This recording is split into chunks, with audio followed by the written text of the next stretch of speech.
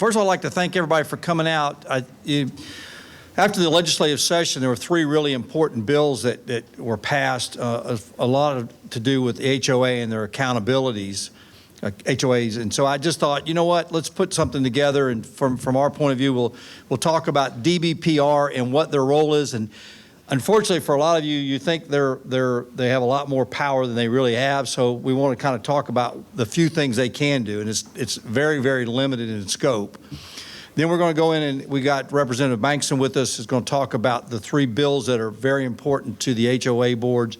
And then we've got with us Jen Gillum, who's our stormwater management director, is going to talk about what we need to look at. Because one of the things, the other reason I wanted to try to bring some folks together is that we've had to take over a couple of associations. The dues they were paying or weren't paying weren't enough to clean up some of the stormwater ponds, and the stormwater ponds end up, we have to clean them because if you get vegetation at the bottom and they no longer percolate, then you could start to have flooding and some of those things. So we've had to take over some HOAs, and we've also had some that know now they might have a $500,000 liability for a pond that they haven't kept up with, and now they don't have the money in the bank to fix it. So, you know, and yet we have to fix it, or now, as we've seen in North Carolina, you could end up with a catastrophe based on the flooding. So I just thought those couple things it'd be worth bringing everybody in. The nice thing is we'll have this up on the website by the end of next week on the city website. So if you've got friends that, if you've heard something you liked and you want to share that with your friends in your neighborhoods, feel free. Probably by Thursday or Friday of next week, we'll have this as a part of the city website. So all the information that we'll be sharing with you today. So anyway, HOA need to know. So Department of Business and Professional Regulation. So we talked about there's only a couple of things that they do, and the first one is they manage and they regulate the community association managers, which are the people that manage your association. So they regulate those folks, make sure that they're doing their job, that they're maintaining their budgets, make sure the budgets are being handled properly, noticing, which is a big problem with some homeowner association, they have to notice you properly. So they're looking to make sure that that they're doing their job. They need to make sure that the collection of dues, that's what most of them do to dues. They're make sure the insurance gets paid for their the common areas. They draft the pre-arbitration demands, and then they comply with all the governing documents that you as homeowners put together.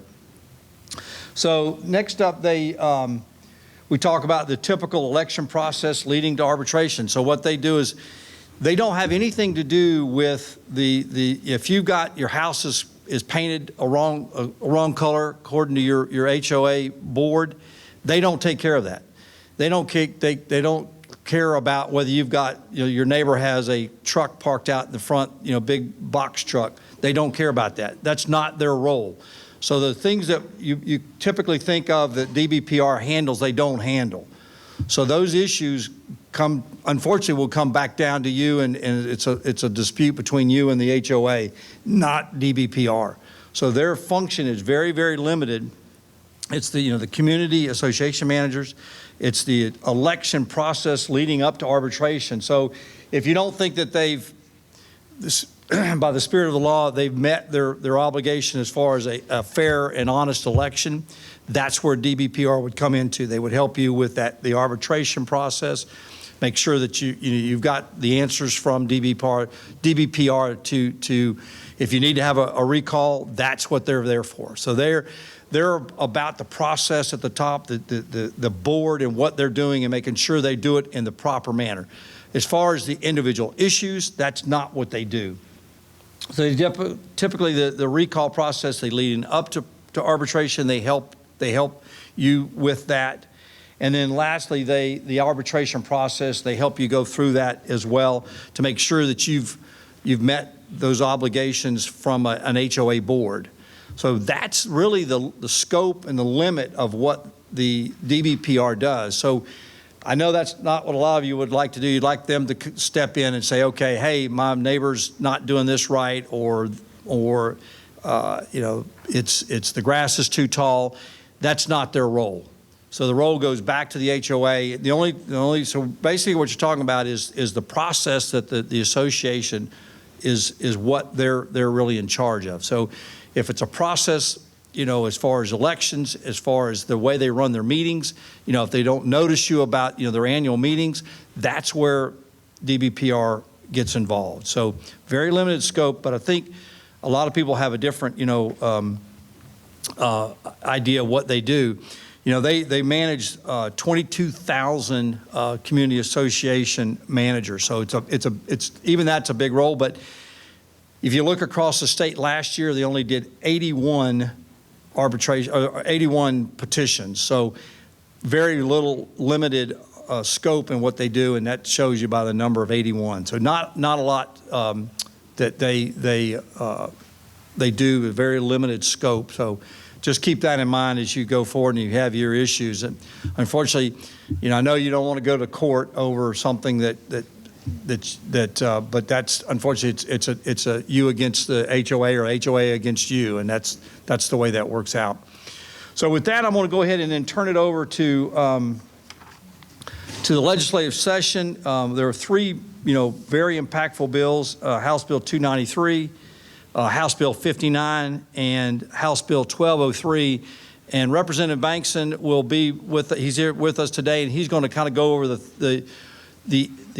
what those bills kind of accomplished. A lot of it to do with financial stability of the HOAs, because we got to make sure that we've got the money in the bank when you need a stormwater pond, you know, cleaned out, or you've got the roof on your association building is you know, failing or whatever. So with that, Representative Bankson, who, you know, former commissioner of the city of Apopka and now representing us up there in Tallahassee.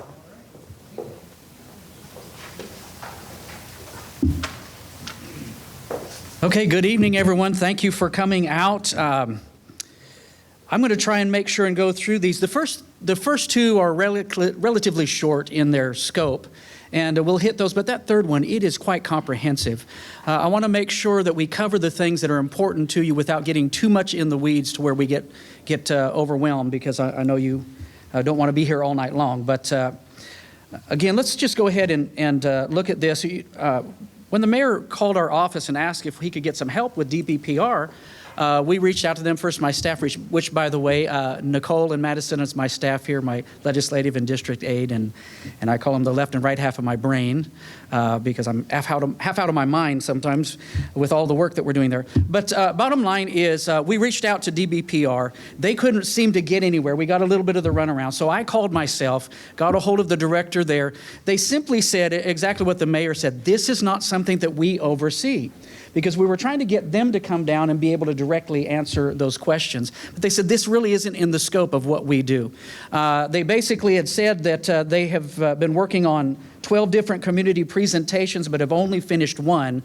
And so they're working hard to get caught up with the legislation over this last year. We had 1,900 bills that were submitted, and in our 60 days, we were able to pass 395 through the process. So let's dig in here. The first bill we'll look at is 293. This is the hurricane protections for homeowners, and I gotta get my clicker here. There we go. Hurricane protections for homeowners associations, basically the HOA ability to create protection and stylistic uniformity. So this leans a little bit more toward the HOA and what they're able to do, again, dealing with hurricane protection. So let's go through this. Number one, there's 4 things it basically does. It requires some things, it prohibits some things, it allows some things, and it includes some things. So let's look at that in a nutshell. First of all, it requires an HOA or ARC, Architectural Review Committee, to adopt hurricane protection specifications for each structure or other improvement on a parcel governed by the HOA. The specifications may include the color and style of hurricane protection products and must comply with the applicable building code. So again, the focus here, as we know, with the hurricanes and all that it's doing to cause prices to increase from insurance to replacement, all of these different things, the HOA is in a unique situation because the HOA has a lot of autonomy by purpose, which is why the DBPR doesn't exert themselves over that. It allows you that live there and dwell there to be able to make the choices to vote for people who will represent you and reflect you there.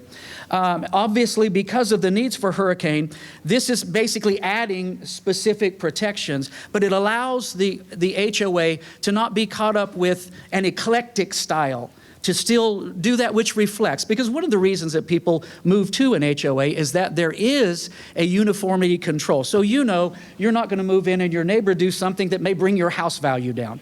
That's a big part of it, making sure everyone's house values are increased and the neighborhood operates correctly.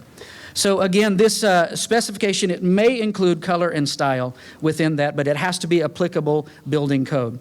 Second, it prohibits an HOA or ARC from denying an application for installation, enhancement, or replacement of hurricane protection by a parcel owner which conforms to specifications adopted by the HOA or the ARC. So again, this makes sure that the homeowner, when they go to do these changes, that as long as they're doing it according to the HOA standards, that they can't be denied. And I think that's a good place to be there. Number 3, it allows the HOA or the ARC to require a parcel owner to adhere to an existing unified building scheme regarding the external appearance of the structure or other improvement on the parcel. In one of the other bills, we'll see that there's a real protection on what you do inside your home. But when it comes to the outside, then it allows the HOA to make sure that the same standards are there, again, so there's an aesthetic value while the hardening is happening. And finally, this provides that hurricane protection includes, but it's not limited to, and we see a list here, the roof systems recognized by the Florida Building Code, which meet ASCE 7-22 standards, permanent fixed or roll down track shutter, storm shutters, impact resistant windows and doors, polycarbonate panels, reinforced garage doors, erosion controls, exterior fixed generators, and fuel storage tanks. Again, it says not limited to, because as other things come up, it allows a flexibility for the HOA and those that live there to take advantage of newer products that may be less expensive and perform better. I think this is an important statement at the bottom that really summarizes this. The bill provides that in order to protect the health, safety, and welfare of the people of the state and to ensure uniformity and consistency in the hurricane protection installed by parcel owners, this bill applies to all HOAs in the state regardless of when the community was created. So there's no grandfathering in when it comes to this. This is to make sure, again, we have a uniform standard of safety and protection for health and welfare. This was approved May 28th by the governor and effective the same date. So let's move to the next bill. This bill is House Bill 59. And a provision, and let me just say this, all three of these bills passed unanimously on the House floor. So there was no divisiveness between party. Everyone saw these things, heard these. And you know, as you're probably familiar enough to know that these go through several committees. Many of these, the first time we get to see them is on that House floor. And so these committees are supposed to vet through the process and make sure to catch things that might be prohibitive to either party. Unfortunately, law doesn't always work that way. And it's like an old diesel. When you start it up, all of a sudden there's leaks and you have to find out where it leaks. So that's part of this process, is to be able to hear from you, be it homeowners or the HOA directors and those that are officers. Where does this fit? Where does this work? And what problems does this create? And basically to be able to go back and make adjustments to make sure that it works for everyone. I was just with the speaker this morning at an event, and I love his phrase. He always said, let's try and hit the middle of the fairway. Let's really hear all parties and try and make that which works best for everyone. So that's always the goal. Okay, House Bill 59, Provisions of Homeowners Association Rules and Covenants. This is basically for transparency and clarity. Before October 1st, 2024, well, we're past that already. Let me also say this was approved May 28th by Governor DeSantis and made effective July 1st. So there's already been the time since July 1st to comply with this. But again, before October 1st, 2024, to provide a physical or digital copy of the HOA's rules and covenants to every member of the HOA. It also provides a physical or digital copy of the HOA's rules and covenants to every new member of the HOA, and provides an updated copy of the amended rules or covenants when an HOA's rules or covenants are amended to every member of the association. This actually works, and going into the next bill, it really helps when you deal with having to assess fines and different things. If there's any notification issue that hasn't been clear, then it can create a legal problem. And so this helps to make sure it's clear for everyone so that no one can say, "You didn't tell me." You know, we want to make sure that there is clarity, there is transparency there. This bill also allows HOAs to adopt rules establishing standards for the manner of distribution and time frame for providing copies of updated rules or covenants. Now, again, we can get more into the weeds on that, but let me save that for questions just in case that suffices for you. Let's get into the next bill, and this is House Bill 1203. This is by our youngest member, and he decided he was going to make a difference on his first bill. We love him. He's a hard worker. He, was a part of legislative internship before. And who did he serve up there? Do you remember, Nicole?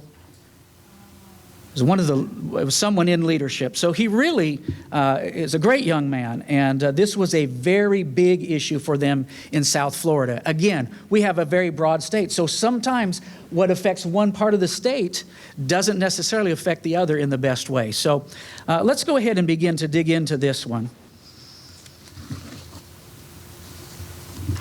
And here are my tabs. So again, House Bill 1203, Homeowners Associations. This, I would call this more a homeowner's Bill of Rights. And basically the responsibilities of HOA directors and officers. This is for directors and officers. I know I spoke with one person said, I don't know if anyone's going to want to be a director or officer. Oh, next slide, thank you. Because of the concern, well, whenever we're handling money, whenever we're handling someone else's property, that's a huge investment. And so those standards, I think it's important that we do have good and solid standards to make sure that people their properties are being protected. At the same time, we've got to find the balance for all of this. But let's go through the bill. The cliff notes here, first of all. This provides educational requirements for community association managers, CAMs, and HOA directors. The DBPR does provide training, and they've put this together, and there's certain standards here. Again, we can dig into some of those weeds that basically say how much training that you need, how often you need that, and the continuing education like is in many different trades. The next, it says, provide that an HOA with 100 or more parcels is required to post certain official records on the HOA's website or application by January 1st, 2025. So again, there's some time left to comply with that. It's again to make sure that we have clarity so no one can come and say, you hid this information from me. And it may be tedious with some of these, but once that's up there and put into place, again, it's something that really protects the HOA as well as the homeowners. Number 3, it allows a parcel owner to make a written request for a detailed accounting of any amounts owed to the HOA, and the HOA must provide such information or else the board forfeits any outstanding fine under certain circumstances. So this really does make sure that the homeowner themselves doesn't get caught by surprise and ended up having mounting different fines assessed against them without truly understanding this. So this does put more work involved on the directors to make sure there's a clarity of that process. But again, I think it will help save from needless lawsuits that can be there. However, the question is this too onerous on the HOA board and directors? Next, it says here, prohibits an HOA or its architectural construction improvement or other similar committee, the ARC, from limiting or placing requirements on the interior of a structure that cannot be viewed from the frontage of the property, adjacent common area, or community golf course. And this must be uniformly enforced. So this keeps anyone from being singled out, and the power from a board to really attack a single person. If they're going to enforce this upon one, they have to enforce it upon all. And so I think that's a fair way to look at that and make sure that there's not someone who may be being ganged up upon. Again, this is on the interior of a structure. So we understand the HOA, there are those things on the exterior. That's one of the reasons we will tend to move to HOAs if that's the protection you're looking for. But this still allows the interior to not be governed by a board. So whether it's a floor plan, whether it's renovations that you want to do, as long as it doesn't affect the exterior, it still gives the autonomy to the individual for their home.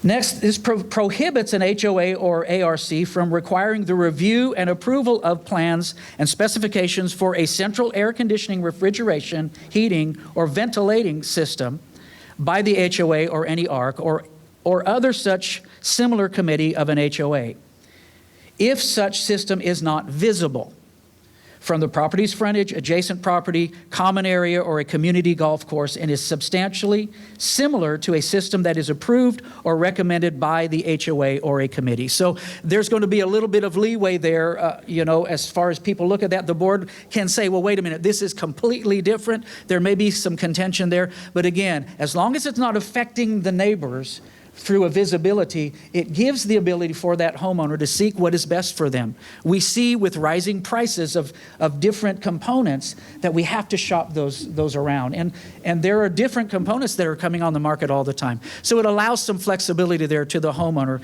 But again, you don't want to put on an AC unit that suddenly is on the roof. Not that you would do that in a neighborhood setting. But the point being, you don't want to negatively affect your neighbors. And so that's, again, one of the purposes for HOA. This provides criminal penalties if an HOA officer, director, or manager accepts a kickback. This is a third-degree felony now. And there's also can be and may also include monetary penalty. So this is really taking serious those. And again, this may be something that happens more in South Florida. I used to watch Miami Vice. Not to, put it upon anyone, but perhaps there have been some real abuses of this. The bottom line is leadership should not be in a position to take kickbacks in any way, including in an HOA. So just make sure that we keep fiscally responsible. And so it does put a rather strong incentive not to do those things. And finally here, this makes certain voting activities relating to HOA elections a first-degree misdemeanor. So let's do this. On this one, let's go ahead and look at some of the ramifications of the changes on this bill. And this is not in the slide there, but just in the bill packet. So I want to go back through these, and give me just a moment. I'm going to try and just scan through and just hit specific ones. The CAMs must also complete not more than 10 hours of continuing education hours as approved by the council to renew and maintain their licenses. So as I mentioned, there are different continuing education responsibilities. There's training so that someone who is voted into a board, maybe they just love their neighborhood, they care about it, but they've never been trained in some of these issues. We want to make sure that they're not caught by surprise. And a lot of the standards, they're very clear to make sure that it's something that someone is knowingly doing to purposely deceive. This isn't someone who is going and making an honest mistake. It gives room to rectify those things. At the same time, it does hold a higher standard to make sure that that training is there. As all the elected officials know, we have the 4 hours of the ethics training we have to do, each time. And, it's similar to that, to make sure that there's an understanding of the responsibilities of being on that board. Remember, this does affect people's their biggest investment in life. And so I think to make sure that we're well-trained and have a good governance is a good thing.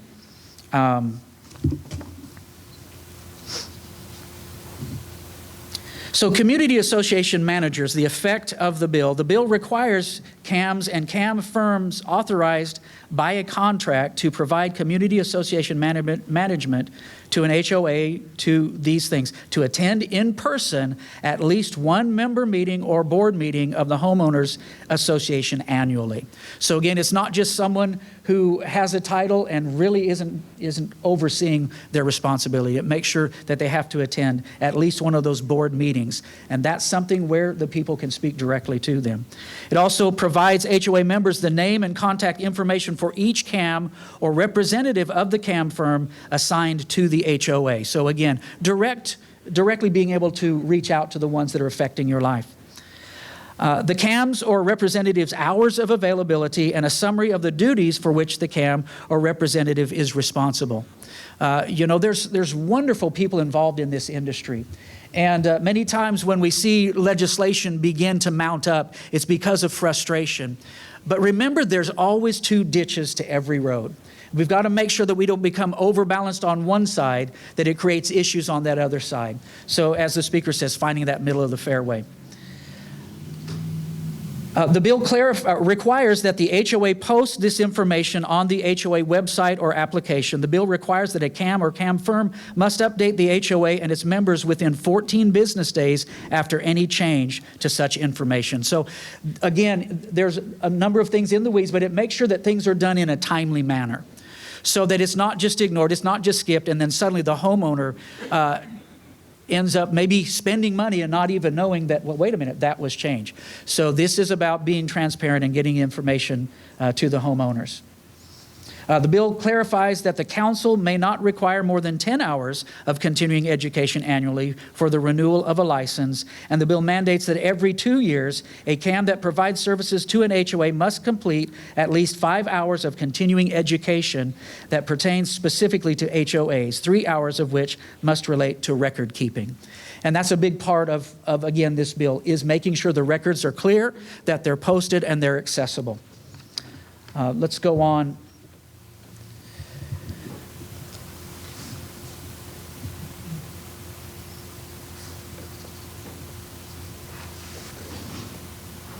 So the official records effects of this bill.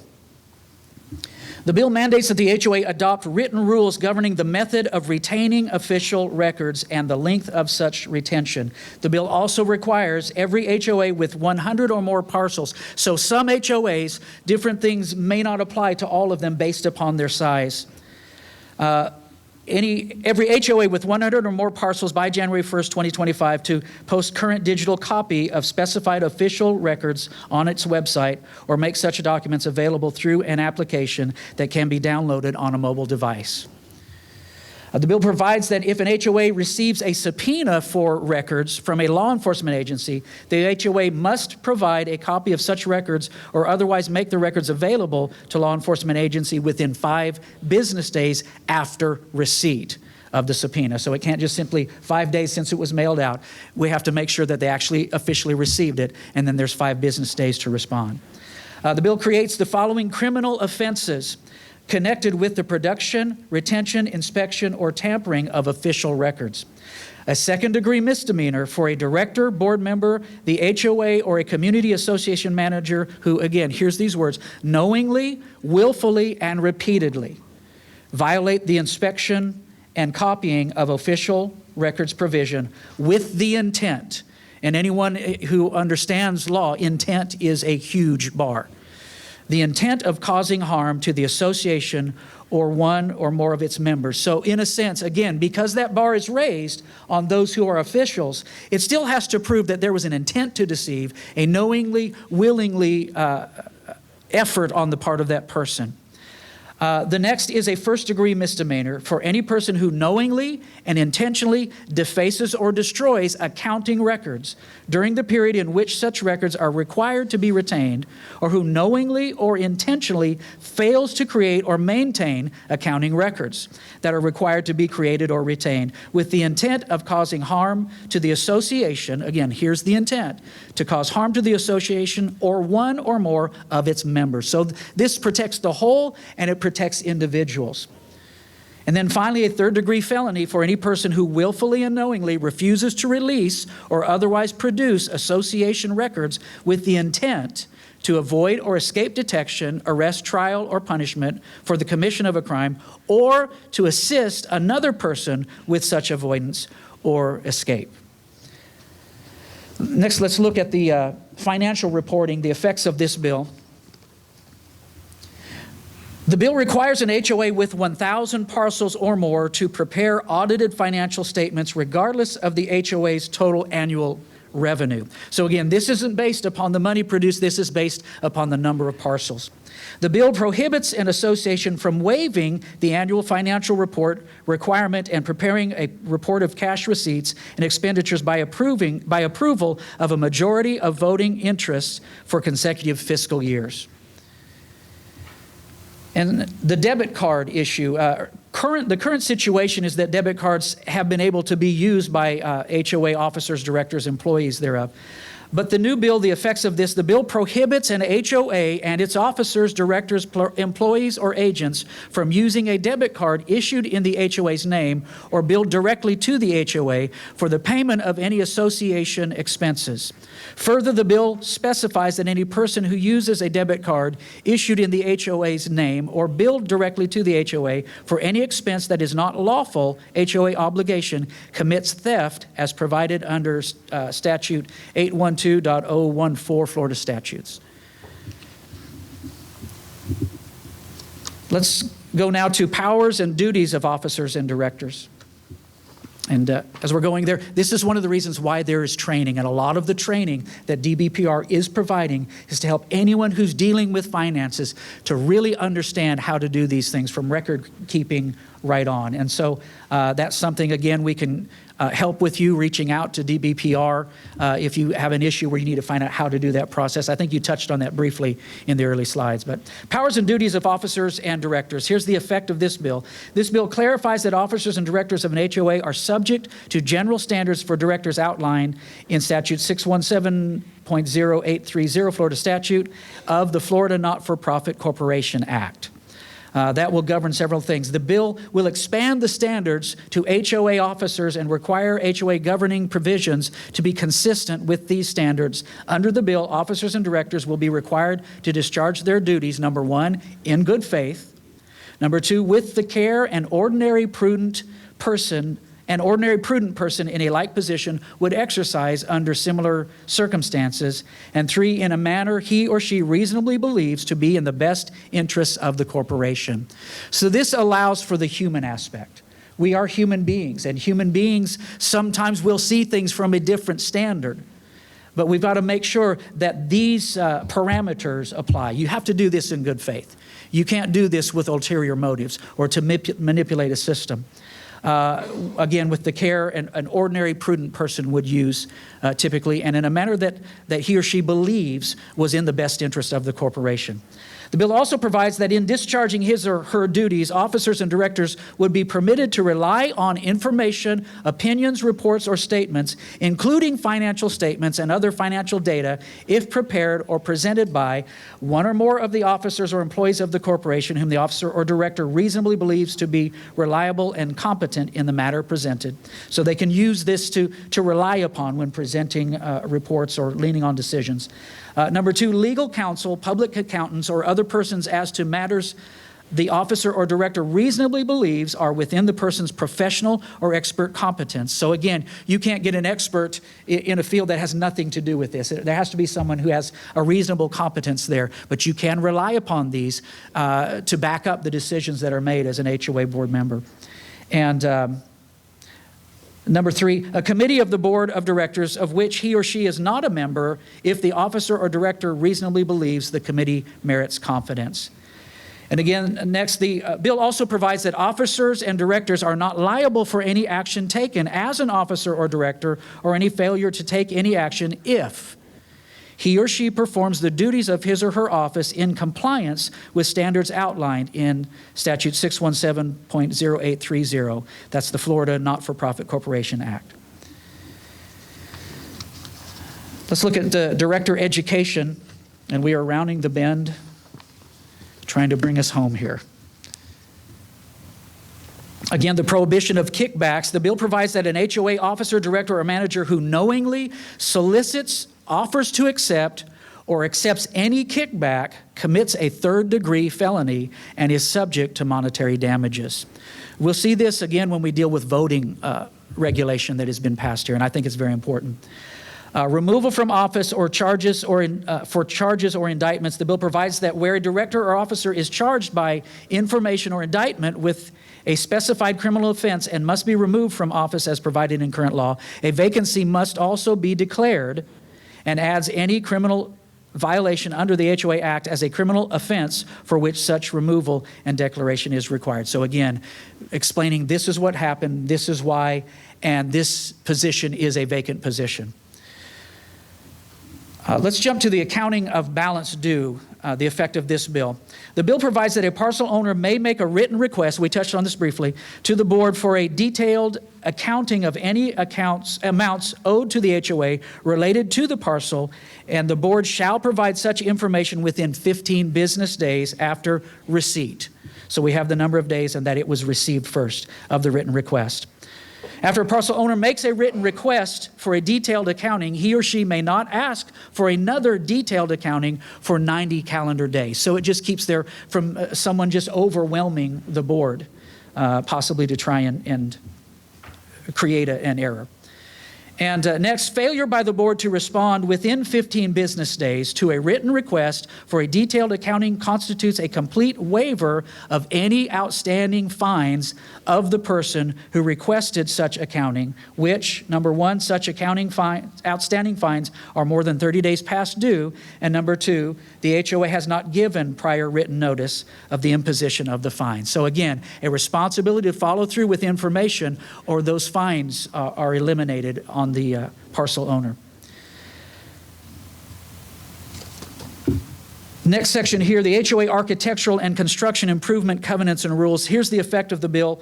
The bill requires an HOA or ARC to uniformly apply, as I mentioned earlier, and enforce the architectural and construction improvement standards against all parcel owners authorized by the HOA governing document. So again, to make sure no one is singled out and treated unfairly. This bill prohibits an HOA or ARC for enforcing or adopting a covenant rule or guideline that limits or places requirements on the interior of the structure, again, protecting the person's right for the interior of their home, that is not visible from the parcel's frontage, adjacent parcel, adjacent common area, or community golf course. And it requires the review and approval of plans and specifications for central air, refrigerator, heating, ventilation. We already covered that. So bottom line is you can use those as long as it's not negatively affecting the neighbors, and that's the purpose of that portion. And let's jump on now to the prohibited clauses in governing documents. The effect of the bill. Number one, the bill expands the list of items that an HOA is prohibited from preventing a homeowner from installing, displaying, or storing on their property to include vegetable gardens, clotheslines in areas not visible from frontage, adjacent parcels, adjacent common area, or community golf courses. This bill provides the HOA governing documents cannot prohibit, number one, a property owner or guest tenant or invitee for parking his or her personal vehicle, including a pickup truck, in the property owner's driveway or in any other area at which the property owner or the property owner's tenant, guest, or invitee has a right to park, which is governed by state, county, and municipal regulations. So again, it just makes sure that there's not onerous regulation where there is already a state standard. And I know, some different ones, have some of those standards, but this just makes sure, again, parking can be an issue. And we've dealt with that at the city, a number of years back, because we want emergency vehicles to get on through, all of those things. Those standards have to still apply. So anything that's been passed to make sure emergency vehicles can enter, this doesn't bypass that, but it just simply means that you can't add beyond those things. Regardless of any official insignia or visible designation, property owner or a guest, tenant, or invitee from parking, this cannot prohibit this from parking his or her work vehicle, which is not a commercial motor vehicle, in the property owner's driveway. So if you have a work vehicle that is non-commercial and you do have your emblem on it, an HOA cannot forbid you from parking your own vehicle there. That's what this standard means. It cannot prohibit a property owner from inviting, hiring, or allowing entry to a contractor or worker on the owner's parcel solely because the contractor or worker is not on a preferred vendor list of the HOA. So again, this allows different ones to go and seek, you know, the best person that they deem to come and work on their home, and they can't be prohibited from that. The HOA cannot prohibit operating a vehicle that is not a commercial motor vehicle in conformance with state traffic laws on public roads or rights of ways or the property owner's parcel. And finally, it can't prohibit a property owner from inviting, hiring, or allowing entry to a contractor or worker on his or her personal or parcel solely because the contractor or worker does not have a professional or an occupational license. The HOA may not require a contractor or worker to present or prove possession of a professional or an occupational license to be allowed entry onto a property owner's parcel. And now, for me, one of my thoughts of concern there is sometimes that's to make sure that legitimate people are in your neighborhoods. And I know that can be a safety issue, but this also allows people on their own home to bring people in that are competent, but they may not have those different standards. Maybe it's a relative. In today's economy, it's just good to be able to take care of the business that you need in your own home. So this allows and affords for that. The bill provides that a first responder instead of a law enforcement officer, in other words, they've replaced the term law enforcement officer with first responder. That is, a homeowner, a tenant, guest, or invitee thereof may park his or her assigned first responder vehicle on public roads or rights of way within the HOA if this is an area where the homeowner or the tenant, guest, or invitee thereof otherwise has a right to park. The first responders include law enforcement, firefighter, EMT, and volunteer law enforcement, firefighter, or EMT technician or paramedic. So let's go to fines and suspensions.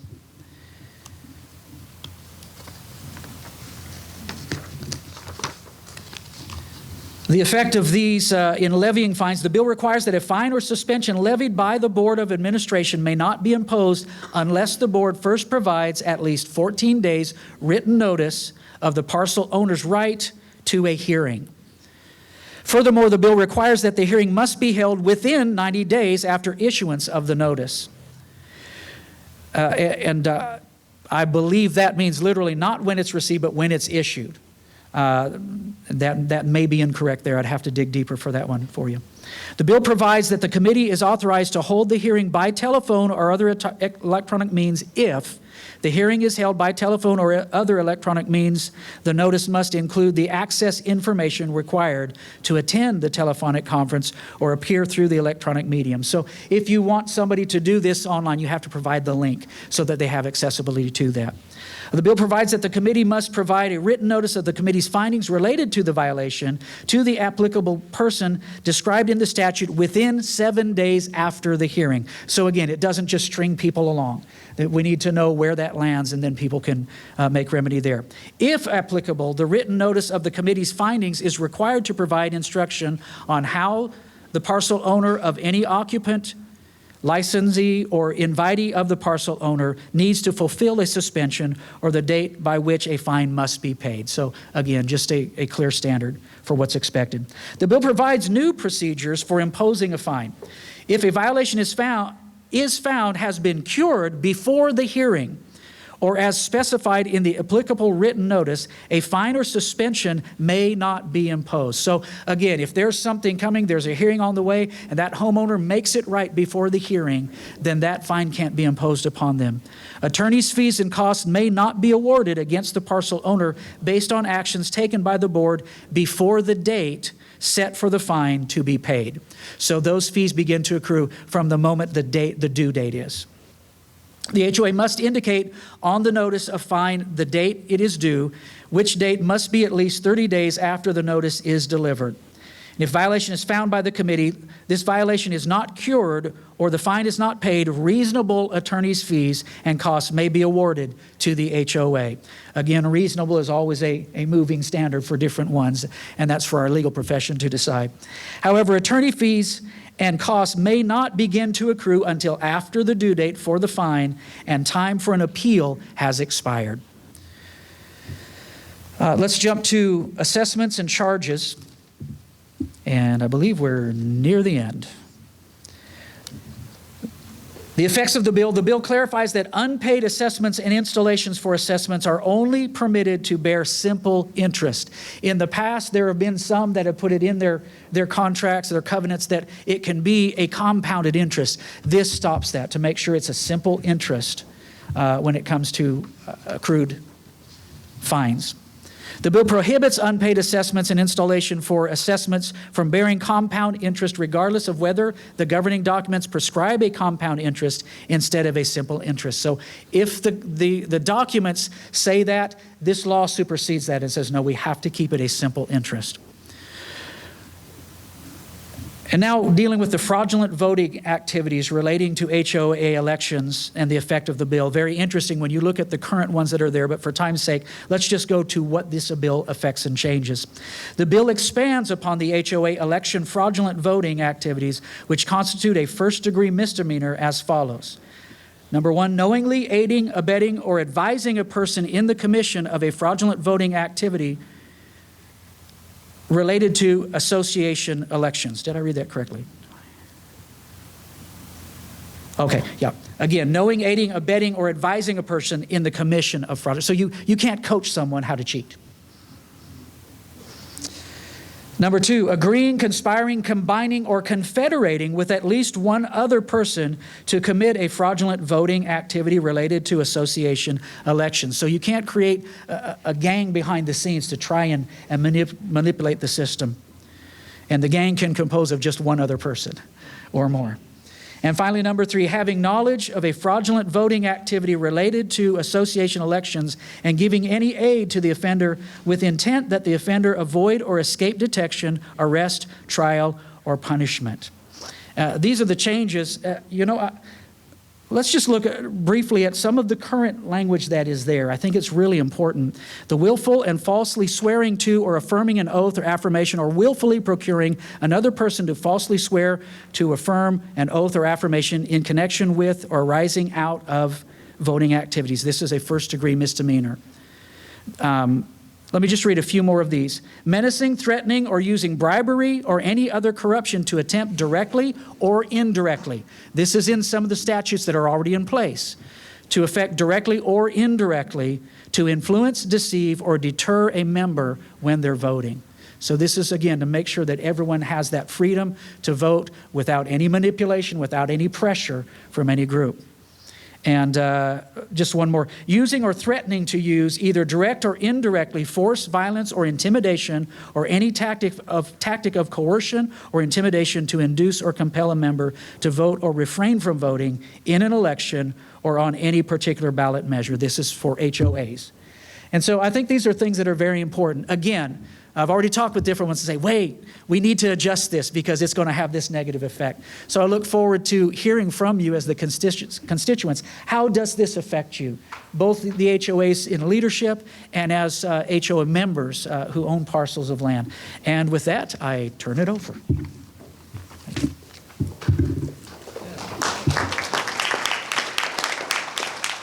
Thank you, Representative Bankson. That was a great, very, very thorough overview. I'll just jump right quick. So if anybody wants to look at the bills, if you go to myfloridahouse.gov, you can pick up the bill, and it not only gives you a summary of the bill in our language, it'll also give you the actual legal bill. So that will give you, if you want to see more, get exact language that's in the bill. So to myfloridahouse.gov to give you that information. Before I go on, I want to mention we got a couple of commissioners with us. We got Commissioner Velasquez and Commissioner Nesta with us here today, and also have our city administrator, Jacob Smith, with us. So next up, we're going to bring up Jennifer Gillum. She's going to talk to you about stormwater ponds. I know it's exciting, and for her it's exciting. For us, maybe not so much. But Jennifer, come on up. I'll do my best to make it exciting. All right, everyone, good evening. So we're going to talk a little bit about private stormwater pond maintenance, but before we get to the maintenance of it, let's first talk about what actually is a stormwater pond. So a stormwater pond, basically, whenever it rains, the water typically just soaks into the ground. But whenever we have an impervious surface like your street, driveway, or your roof, it doesn't have the opportunity to do that. So instead of the water just sitting in those areas where we're driving and where we're trying to live, causing flooding, we have to redirect the water somewhere so it can be then soaked back into the ground. So a pond essentially is a collection of stormwater in a basin that allows it to be treated before it's returned back to the environment. The reason it has to be treated is because things are in the road like metals and grease from your cars, any debris or trash that's thrown away. We don't want that to just be returned right back to the environment, so we have to do some form of treatment to help address that. The ways that the treatment happens is the water can either evaporate, it can percolate through the ground, or it can be slowly released through a control structure in your pond back to the surrounding area. So there's a difference between private and municipal ponds. So private ponds are those that are privately owned and maintained, typically from an HOA or a business owner. The city ponds are the municipal ponds, and the city actually has 61 stormwater ponds and 10 MSBU ponds currently. And the reason that we maintain those specific ponds and not every single one is because they collect stormwater from a public area and not a private area. And they were also typically not built or designed by the city. It's by a private entity who did build those. So the reason why private ponds have to be maintained is St. Johns River Water Management District actually requires that they be maintained, as well as FDEP. It also can help prevent flooding, excessive vegetation, or pests in the area. It can improve water quality, and frankly, it just looks nicer. It gives you better curb appeal when you keep those maintained. All right. So when should you be maintaining your stormwater ponds? So I would check your ponds at no more than 1 year on a full inspection, but probably quarterly. You want to just kind of check on it and make sure that it's doing everything it's supposed to be doing, no issues have come up. And the things that you want to look for are going to be, first and foremost, what you'll notice is probably excess vegetation. You may see a lot of cattails or some other aquatic vegetation in there. There really shouldn't be any vegetation in your pond except on the outside perimeter. If you do see vegetation at the center of your pond, that could be reducing the capacity of your pond. So you want to make sure to have that removed. So only vegetation on the outside, if any. If it's a dry pond, then you don't want any vegetation on it except for probably just the grass at the bottom to help stabilize it. Your pond bottom elevation. So there are pipes that come into your pond. So if your pond bottom is higher than the pipe that comes into your pond, then the water's not going to be able to escape that pipe and it could back up and cause flooding. So you really need to make sure that the bottom of your pond is at least at the bottom of your pipe's elevation or lower. And you can always refer to the original design plans of your pond for what that specific elevation should be. Of course, you also want to check to see if it is a dry pond, and you typically dry, and you do have water standing in it. If it's been standing in there for more than 72 hours, then you're going to want to rake, till, or scrape the bottom of your pond, and that will allow the water to then percolate into the pond bottom a lot easier. Also, you want to take a look and see if there's any trash or debris in your pond and make sure that we can collect that and properly dispose of it so that we don't accidentally discharge it back into the surrounding environment as well. And the best time of year to do pond maintenance is going to be the dry season. So Florida has kind of an iffy dry season, but typically we do consider that to be October to May for us. And the reason you want to do it in the dry season is because it's going to cost you less. Typically, it's a lot easier to perform maintenance in a dry area versus a wet area. So you heard me say wet and dry ponds. Well, what does that really mean? So a wet pond is kind of how it sounds. It's usually a permanent body of water, or at least through the rainy season, it's going to be a permanent body of water. In dry ponds, they're almost always going to be dry unless there was a recent rain event within the last 72 hours. So for wet ponds, you do have to be considerate of water quality of your pond. If it's looking really turbid or cloudy, you probably have a lot of sediment or suspended solids that's made its way to your pond. So you may need to provide additional treatment to allow those to settle to the bottom before they get discharged from your pond. Also, there's aquatic vegetation, which I already touched on a little bit, such as cattails or lily pads. It's okay for those to be there, but like I said, we want them to be only on the outside of your pond perimeter and not at the center, because then it really gets too choked up. Also, for wet ponds specifically, they have the opportunity for algal blooms to occur. And the reason why that would occur is an excess of nutrients has made its way to your pond, and that can come from fertilizer, grass clippings, or even pet waste not being picked up. And so we have that excess of nutrients come in there. The algal bloom starts to occur, feeding off those nutrients. It then takes up all the oxygen out of your water, and it can kill any of the wildlife and vegetation that's already there. And if you have a large fish kill in your neighborhood, your community might not like that too much. So, all right, and so here at the bottom of the screen, you can see an example of a control structure. So that's the structure that allows water to leave your pond after it's been treated, and they can be found in both wet and dry ponds. You can see there's a gray kind of square around it. That's a trash rack. So the purpose of that is so we stop trash from clogging up the mouth of your control structure to allow water to escape freely without inhibition, and so that we're not accidentally also discharging any trash out to the natural surrounding area.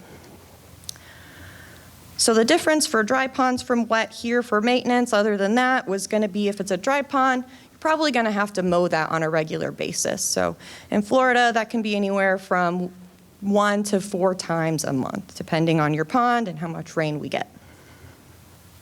And if you do see water standing in your dry pond for more than 72 hours and there hasn't been any rain in that period of time, then again, you're going to want to scrape that bottom so we can allow the water to percolate better.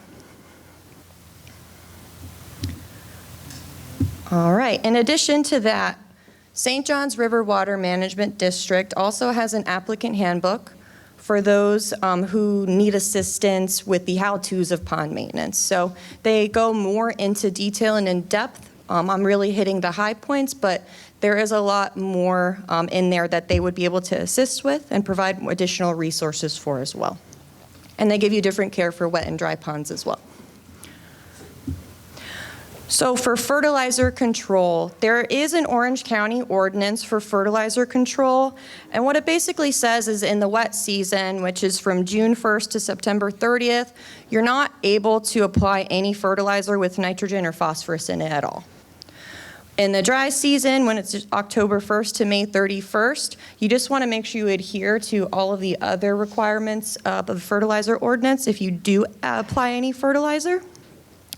And a couple extra tips, if you do apply fertilizer, make sure we keep it 25 feet from all the waterways nearby. If you have some fertilizer that ended up on your driveway or the road, we want to make sure we sweep that up because that's going to get washed away into the next rain and then end up in your pond, and you might have an algal bloom. So I'm sure you're all asking, how much is this going to cost us? So there's a difference between proactive and reactive maintenance. Typically, for really anything, proactive maintenance is going to be a lot cheaper and easier than reactive maintenance. That's the reason why we all change the oil in our car, so that we don't have to just buy a new one whenever it stops working. So for reactive maintenance, for example, if you have a dry pond and it's overgrown with vegetation, it could cost you upwards to $5,000 an acre to get that removed, whereas if you just were mowing that, it could be $75 an acre each time you mow it. So the difference can be very noticeable. And keep in mind the prices you see here are dependent upon a multitude of factors. It could be the time of year, the contractor you use, the method of maintenance. So these aren't hard and fast numbers, but really just a guideline. And I think that's it.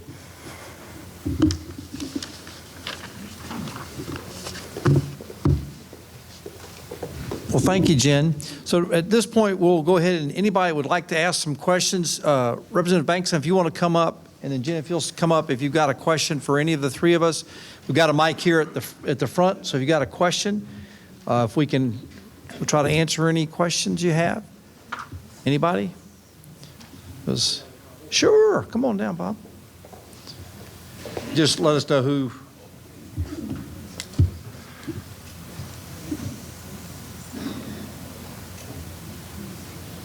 My name is Robert Goff. The questions I have, when I looked at 1203, there's nothing about meeting local or state permitting requirements under 1203. Is there a section in there that covers that? Nicole, you want to pull that? Pardon? Can you state the question again? Yeah, is there anything in 1203 that requires local or state permitting requirements? Not that I recall going through it. I covered all the sections there. Again, I'll lean on half of my brain there because you've gone through that. We'll look through it. I don't think there is, but we can look through that and make sure. And then the other question is, if I understand correctly, it doesn't require a licensed contractor. Did I understand that correctly? You don't require a licensed contractor to install like air conditioning units or those type of things? For interior work for someone's home, yes. That's something that the homeowner themselves can do that. Again, many times people know someone who is very capable to do a thing, but that's not necessarily their full-time trade, whatnot. That's up to the homeowner, because if you get shoddy work, then you'll end up having to pay for that too. But yeah, it does give that leeway. But also think that the city would play a role. So if you're in the city and you're Right. putting in a new air conditioner, yes, you have to be Yeah, permitted. Yeah, so that's outside the scope of what the HOA is responsible for, but not for the city of Apopka Okay. or All right. Orange County or whoever. Thank you. Any other Bob? questions?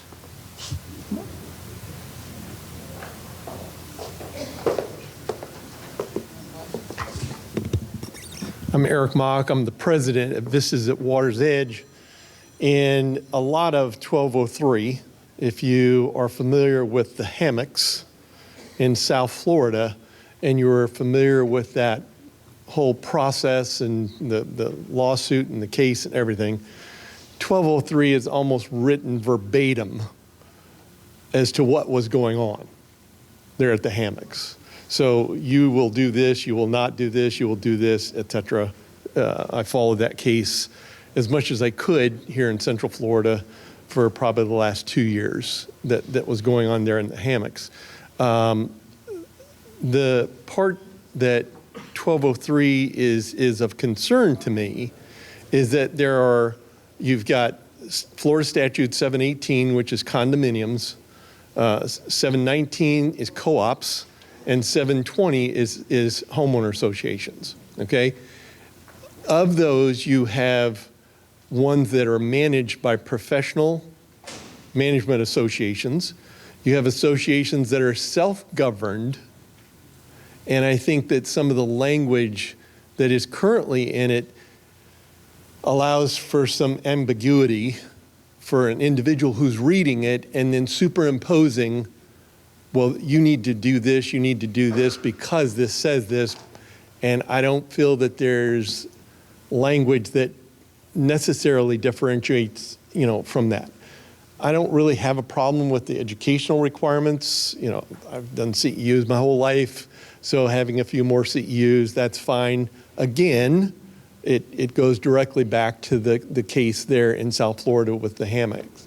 But I'm concerned at some of the language that in the future, there could be some very negative responses from homeowner associations, potentially condominiums as well, for people who are now wanting or saying, I'm not going to serve on this board because of the language. It's kind of like, as I said to you earlier, wherever the pendulum was, it is now pegged to whatever side you want to right or left, but that's my concern. So some of the catch-all where it covers to me, it's like, I have a phrase, don't burn the house down to kill a cockroach. So sometimes things are overreaching. So I'd love to sit down with you, get some specifics on that language, and see what we can do maybe going forward to bring some good change. Good evening, Sylvester Hall. Got a question for the young lady. I just want clarification on the ponds. You say the pipes coming into the pond has to be lower than the bottom or higher than the... The bottom of the pipe that goes into it needs to be at least the same elevation as the bottom of your pond. The pond, basically, where the bottom is, you don't want your pipe to be lower okay. than the bottom of your pond because it's going to be buried underground. Beautiful. Thank you. Okay, you're welcome. Any other questions? If not, I want to thank Representative Doug Bankson for coming out tonight and being a part of this. So, yes. Yep. I got it. Okay. Yes, ma'am. In regards to ponds and lakes. So when you talk about ponds, right? So we live in a subdivision called Piedmont Lakes. And there's like about 5 lakes, or I don't know if you describe them as ponds. And the situation that's going now is the fact that it has rained a lot. But before it rained, no one maintained the areas around those lakes.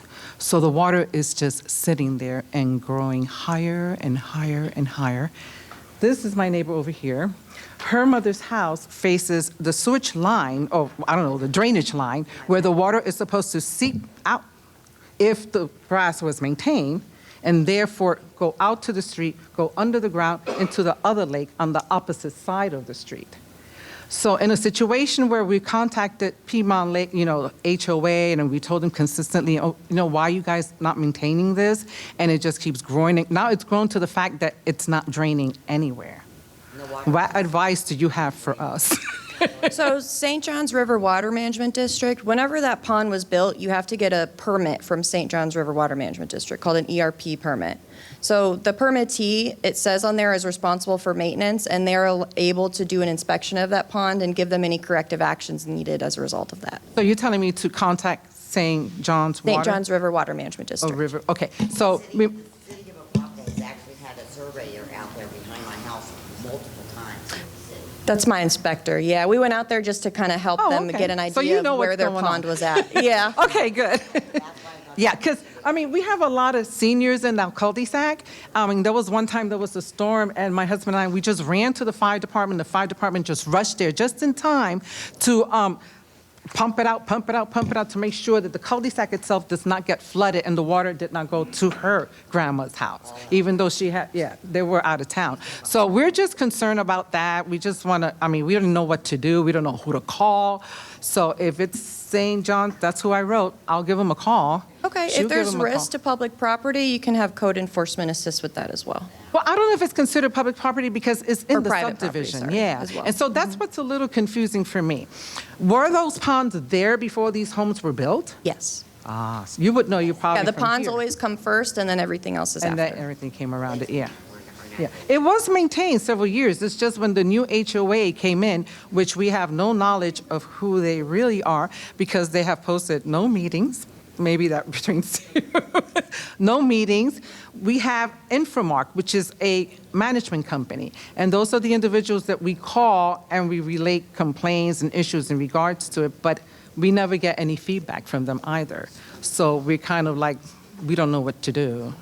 So hopefully we get. Some of these legislation should help with that. Represent- So reach out to us because, reach out to our office. We have relationship with St. John's as well, and Oh, maybe you we do? can Oh, help okay. make sure that they give focus to Oh, this. great. That's great to know. Good. Thank you so much. Thank you for your time. Thank you. Any other questions? Well, if you can see, we've got, come on up, Tim.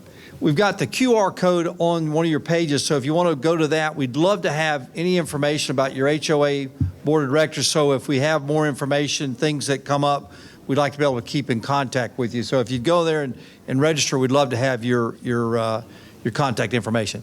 Tim? All right, Tim Ford, Lakeside Estate, Apopka.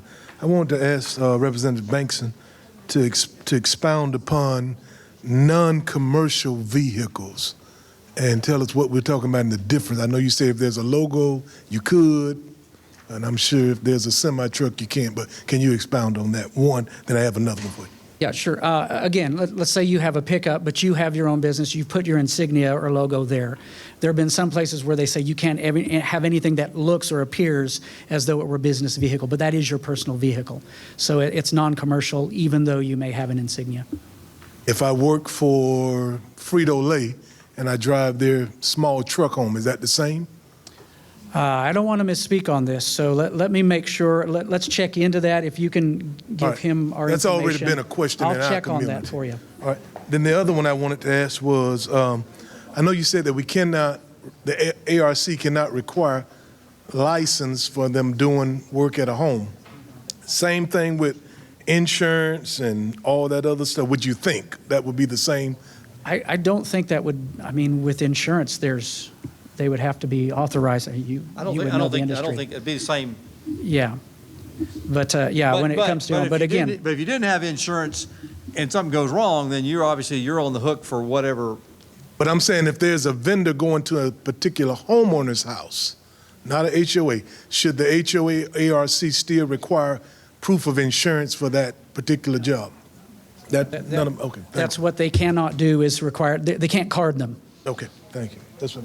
Thank you. And what we'll do, these questions, if we don't have the complete answer, Nicole, if you'll get that in writing to us, then when we post next week on the website, I'll post the questions and then we'll have, the formal answer from your office. That would be great.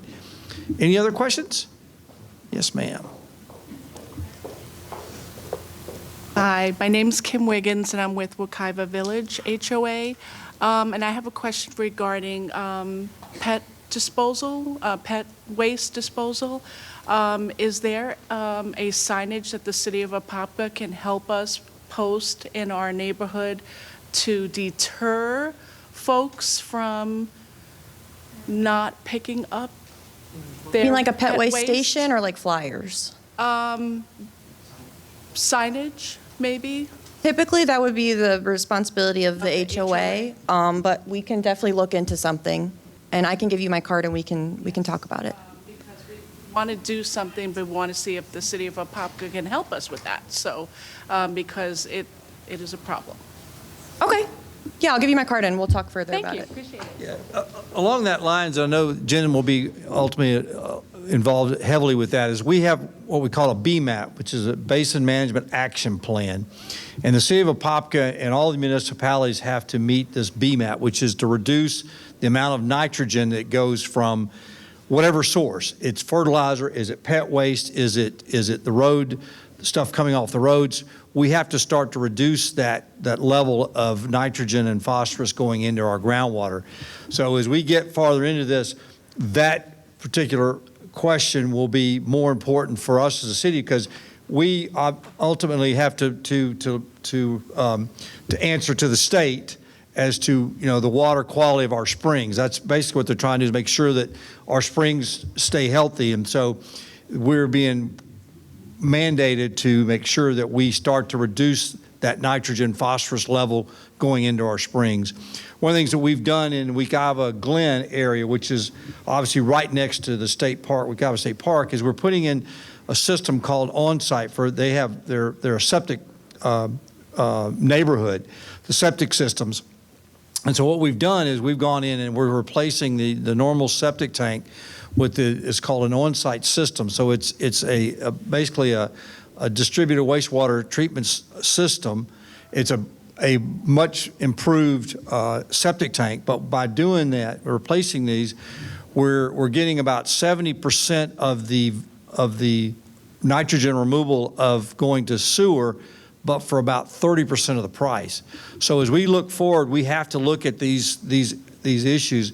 We have to do training. We have to give you information about how you reduce the nitrogen phosphorus going into the groundwater. And so we as a city are mandated to do that over the next 20 years? Yes. 20 years, we have to be able to meet I can't remember, it's a pretty big number, 70% reduction? What was? I don't know. I'll get that number. I'll put that on the website, because that's important for us as a city and you as residents. And there's 3 5-year tranches. We have to meet those. And just in case anybody is wondering, we're not going to let them develop on our state parks. No, that's not happening. So anyway, this is the registry. We'd love to have anybody sign up for that. Couple of helpful websites. It's in your packet. This is DBPR. So if you do have those questions, and kind of what I say is, if it's got to do, like, if you would call the supervisor of elections over an issue, that's kind of where their role is. The supervisor of elections, kind of, sort of, but it's specifically about the role that they play, not in their actual actions. More information we talked about, myfloridahouse.gov. If you want to pick up the 3 bills, you can do the long form or the less legal form. And a couple other, we've got Jen's information here if you need her information. So thank you all for coming out.